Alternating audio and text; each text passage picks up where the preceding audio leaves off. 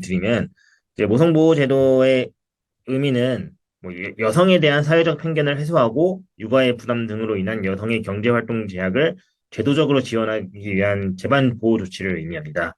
그래서 총괄하고 있는 법으로는 이제 크게 세 가지 법으로 돼서 근로기준법, 남녀고용평등법, 고용보험법으로 좀 정의가 되어 있는데 여기서 이제 근로기준법과 남녀고용평등법은 그 모성 보호와 관련된 사업주의 의무 그리고 근로자의 권리를 규정하고 있습니다. 예를 들어서 근로기준법에서는 출산휴가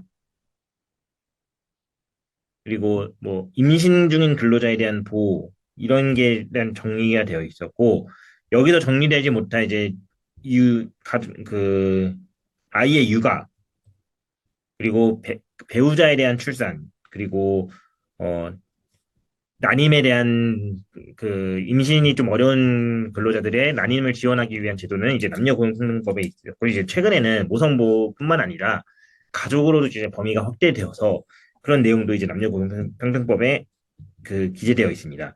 그럼 이런 이 근로기준법과 남녀고용평등법은 사업주의 의무와 근로자의 권리를 규정한 것인데 이 고용보험법은 이 법의 자체가 이제 사회적인 문제를 기업의 사회적 책임으로 그 전가시키는 부분에 있어서 나라가 어느 정도의 지원을 해서 기업에서도 좀 불이익이 좀 최소화될 수 있도록 할 수 있도록 해서 사업주와 근로자에 대한 정부의 지원 근거를 고용보험법으로 규정하고 있습니다. 그래서 회사가 직원들에게 육아휴직을 부여했을 때는 회사도 육아휴직에 대한 지원금을 받을 수 있고 근로자들도 육아휴직 기간 동안에 경제적 손실을 좀 최소화할 수 있다라고 보시면 될 것 같아요.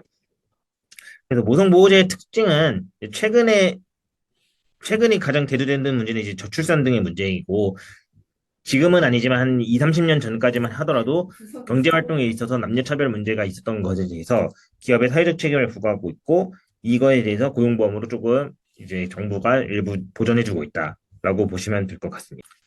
네.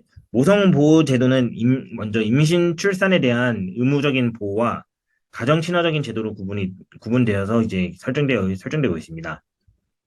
대표적으로 임신에 대해서는 태아 검진 시간에 임신 중인 근로자는 시간의 근로를 절대적으로 금지를 하고 있고, 야간과 휴일 근로에 대한 제한을 두고 있고, 임신 중에는 근로 시간을 좀 단축시킨다고 한다든지, 근로 시간을 변경할 수 있는 권한을 부여를 하고 있고요. 임신 근로자가 원하는 경우에는 쉬운 종류의 근로로 전환할 수 있는 그런 내용이 있었고, 이제 최근에 나온 게 임신 중에도 육아휴직을 사용할 수 있다라고 규정이 되고 있습니다. 그리고 임신이 어려운 근로자들에게는 이제 난임 치료에 대한 것도 휴가로 법적으로 보장을 하고 있습니다. 임신 말고 임신 이후에 이제 출산과 관련돼서 보장하고 있는 내용은 이제 출산 전후 휴가 그리고 배우자에 대한 출산 휴가도 해서 출산에 이제 가족이 모두가 그 상황을 볼 수 있도록 규정이 되어 있고 어, 유사산 휴가도 규정하고 있어서 동일하게 그 산모에 대한 보호를 조치하고 있습니다.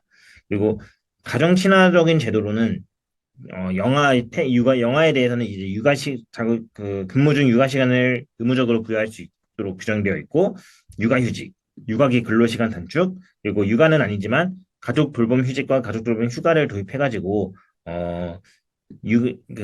일가정 양립이 이루어질 수 있도록 규정이 되어 있습니다. 그리고 가족 돌봄에 대한 근로시간 단축까지 규정을 해가지고 이거는 이따가 내용을 보겠지만 꼭 가족 돌봄뿐만이 아니라 본인이 55세 이상인 경우나 본인이 학업을 위한 경우에도 이 근로시간 단축을 통해서 좀 활용을 할 수 있는 것으로 하도록 되어 있어요. 그래서 이렇게 가정 친화적인 제도도 같이 구분이 되어 있다라고 보시면 될 것 같습니다.